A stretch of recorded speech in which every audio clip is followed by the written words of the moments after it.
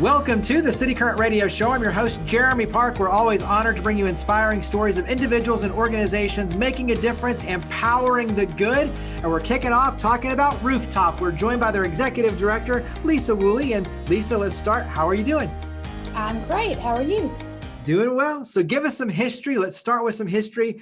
2006, but take it away from there for RoofTop. Well, RoofTop was founded by Bill Koch, who is a member at Christ Church downtown. And he has been very involved with a lot of mission in this community. Somebody walked into the church asking for rent assistance, and he started researching who did that and discovered that it wasn't a primary focus of any one organization. And so he pulled churches together and started asking questions. And mainly the West End Quarter churches came together, did some research, and decided that that was a need that needed to be met. I happened to be chairing the outreach committee at Westminster Presbyterian, and our senior minister at the time asked if I'd go to that meeting. And I did, and I got sucked in. Bill's one of these people that if he says, "Would you like to do this?" you shake your head and go, "Yes, I'd love to." So I was part of the founding board and helped grow this organization, and then walked away for a while. And when my children left to go off to college and grow up, I came back. There was an opportunity for the executive director position, and I applied and got it and have been here for about 2 years. So RoofTop has partnered with congregations and originally with Metro Social Services to provide rent and mortgage assistance, sometimes utility assistance, to Davidson County residents who are experiencing a one-time financial hardship, but are otherwise sustainable. Give us an idea of some of the statistics on your end in terms of numbers served. Walk us through maybe, for 2020, but overall, some of the statistics that you look at and measure, and then what those are. So RoofTop historically is a very small organization with 3 staff members. We do between $150,000 and $300,000 worth of assistance primarily every year, and that's about around 250 households. It changes. In the beginning, $300 met the need for someone, then it went to $500, then it went to $1,000. And as anybody who lives in Nashville knows, rents continue to rise. And so we continue to have to raise money to meet that need. Now, 2020 was a whole new story. We assisted with stabilizing 752 households. $1.1 million in assistance went out the door. That was because we were part of the community effort to give out CARES funding, both at the state and the local level. We were part of the Community Foundation's response to the tornado.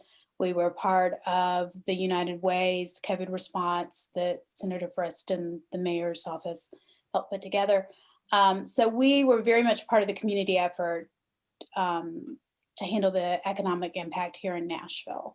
2021 is probably going to be somewhat similar. The way funding is coming into the community looks different. And so I'm not sure how the numbers will add up, but we will continue to do our best to fill in those gaps and partner with our other financial assistance organizations to meet that need.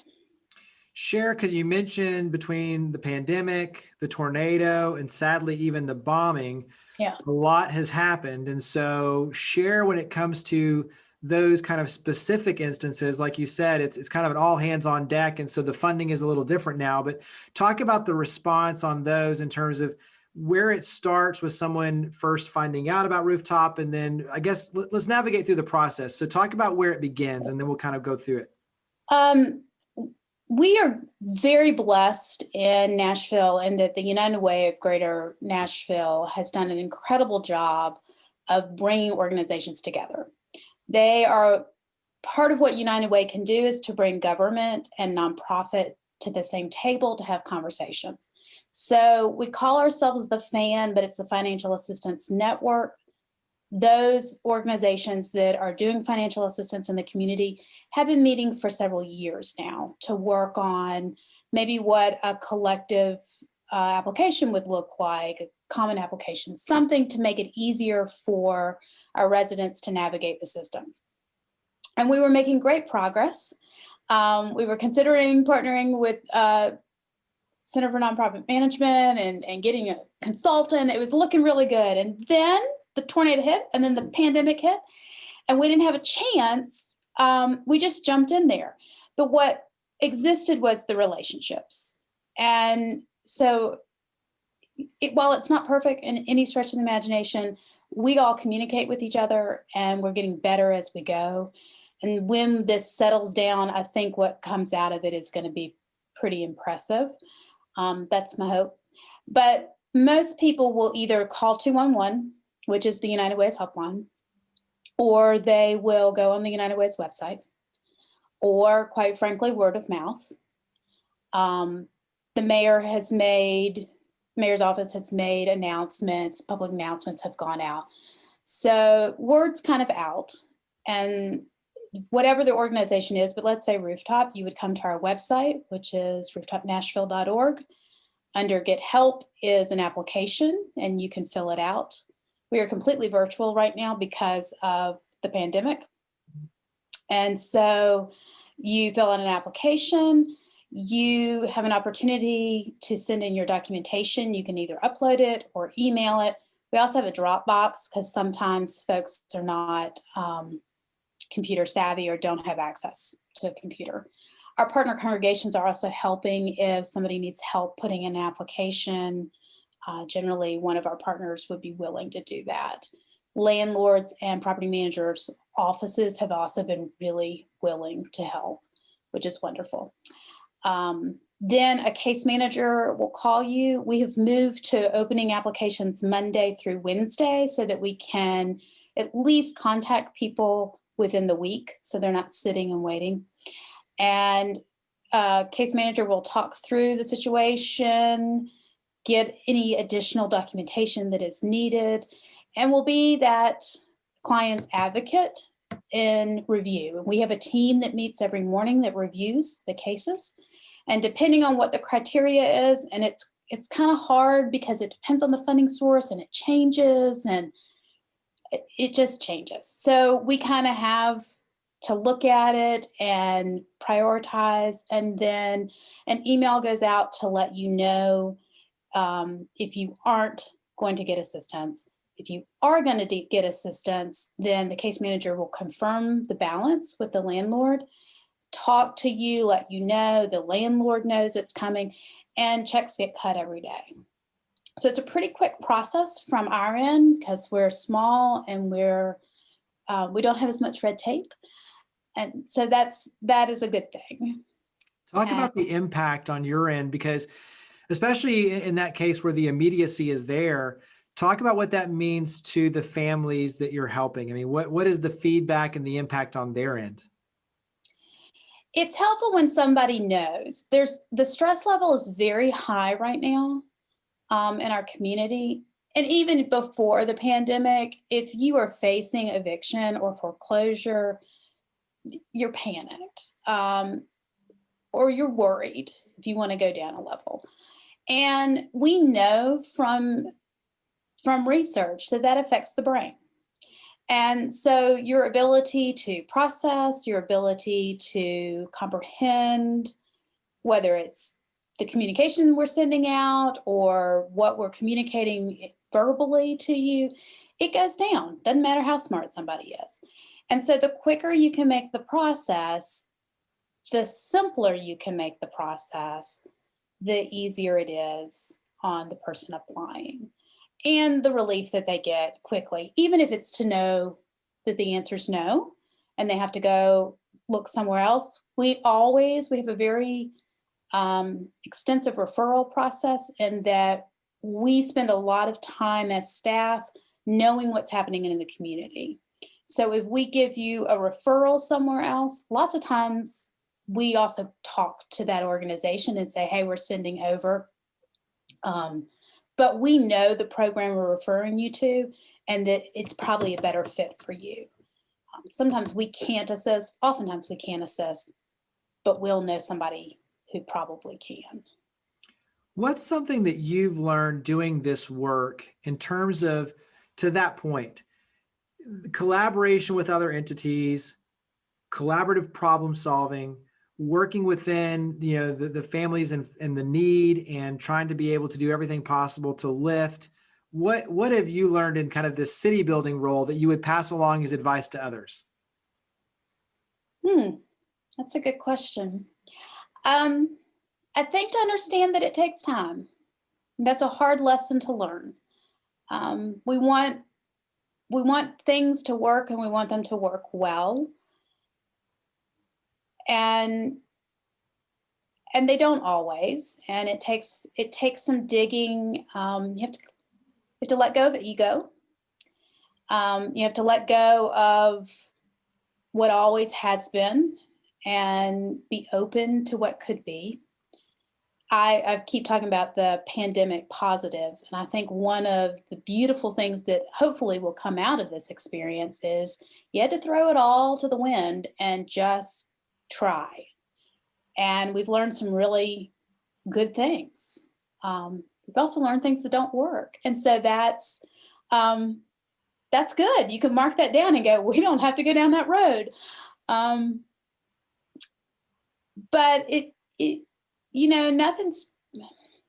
I think we have the organizations and the resources in our community. We just have to find the ways to connect them and then reduce barriers so that it's easy for people to access them. There are a lot of creative things happening in this community right now. It's really exciting.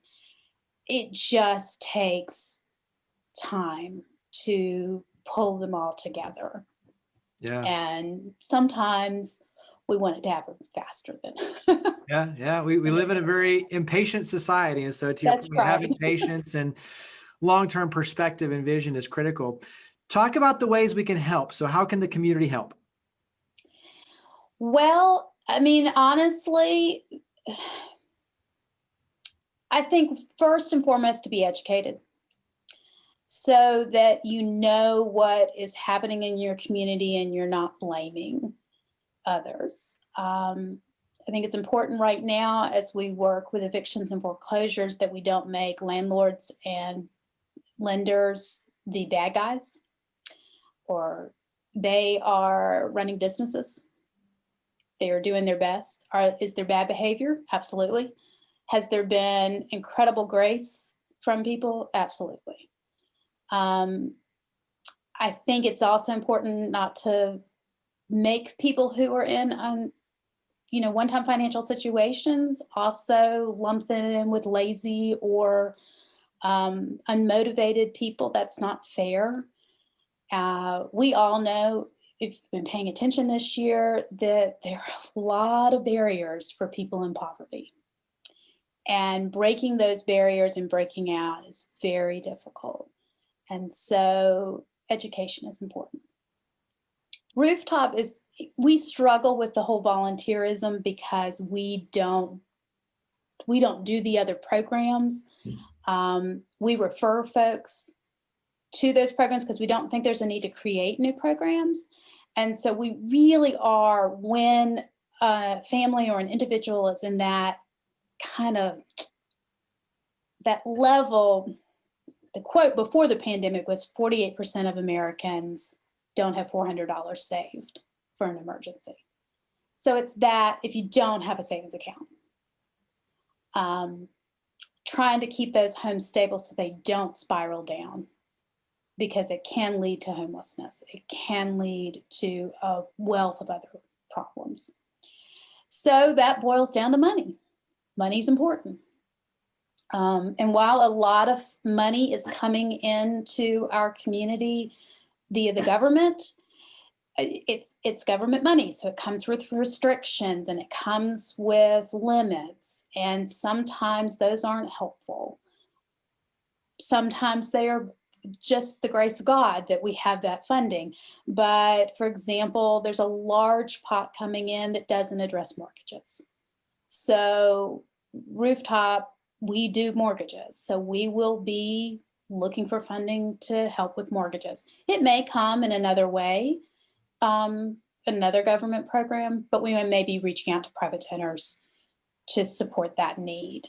So those are some of the ways.